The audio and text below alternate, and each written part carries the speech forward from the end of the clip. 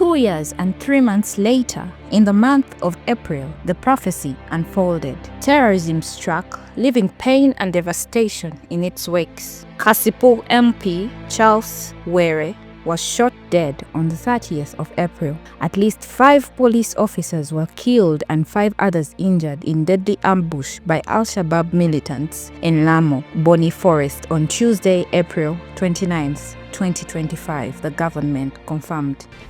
Now, 5 police officers have been killed and 8 others injured in an attack by suspected Al-Shabaab militants in Lamu County.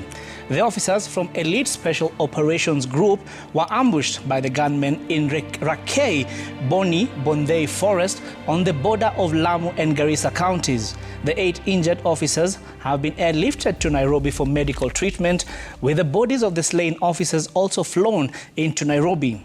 According to Lamu County Commissioner Wesley Koech, the officers were part of a contingent deployed to counter a group of about 70 militants that had been spotted accessing Bodhei Lamu via Garissa.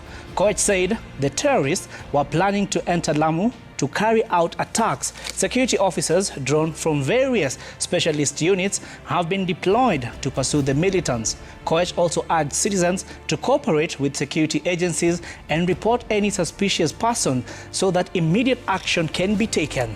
Now, still on security matters, the government has deployed additional police officers to Mandera County following a deadly terror attack that left 5 quarry workers dead. The victims were traveling in a PSV matatu along the Burabor Karo Road when suspected Al-Shabaab militants ambushed them on Tuesday morning. Several survivors sustained serious gunshot wounds. At the time of the attack, the driver was unescorted by security officers despite existing regulation.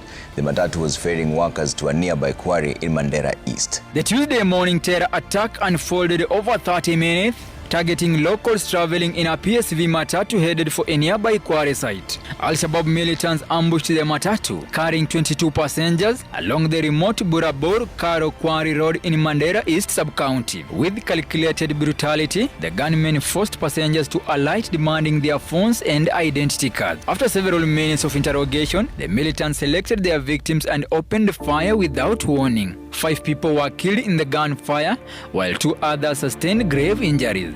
A lucky 13 managed to escape under cover of chaos and have since been accounted for. But the shadow of fear and tragedy looms large over the community. All right, and still on security matters now, 25 National Police Reservists NPR have been arrested in Kerio Valley, Baringo County after investigations found that they had turned out to be militia aiding criminal activities, including banditry in Baringo County. Speaking when he visited the county today, Interior CS Kipchumba Murkomen, who held a high-level security meeting with regional and county security team together with Gao, said security in the North Rift has escalated with the National Police Reservist. Now, 4 people were killed along the Marigat-Loruk Road in a recent attack. Ati serikali imetrain mtu, tumepatia bunduki, anakuja kutoka hapa anaenda kufanya kazi ya ukora. A contingent of police officers supported by additional formed units has been deployed to Mandera to pursue the assailants and restore order to the troubled region. The attacks mark another grim chapter in the ongoing battle against Al-Shabaab militants who have continued to launch incursions into the country's border areas, especially in Lamu and the wider coastal regions. The latest attacks underscores the persistent threat posed by Al-Shabaab, which has been increasing in its activity in the region. The diary entry from the Prophet's Diary, dated January 21st, 2023, mentions reckless shootings and terrorism in Kenya, urging prayer be made for Kenya and its people. Given the highlight of April in the entry, it should be noted that these sad attacks happened in the month of April, as had been highlighted in the diary.